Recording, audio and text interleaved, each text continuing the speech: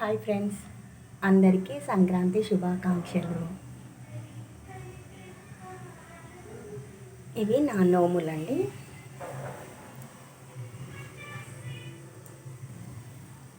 ఈ నోము అమ్మ నాన్నకు ఇవ్వాలి. సంతోషానికి పప్పు బెల్లము, సౌభాగ్యానికి పసుపు కుంకుమ, జాకెట్, బ్లౌజ్ పీస్లు, గాజులు, టవల్ ఇలా పెట్టుకోవాలి. గంగాదీపం, గౌరీ దీపం, ధనలక్ష్మి, ధాన్యలక్ష్మి, ఉప్పు సముద్రం, పాల సముద్రం, పాల బిందె, పానకం బిందె, ఇవన్నీ కూడాను అమ్మ వాళ్ళకు ఇచ్చే నోములండి.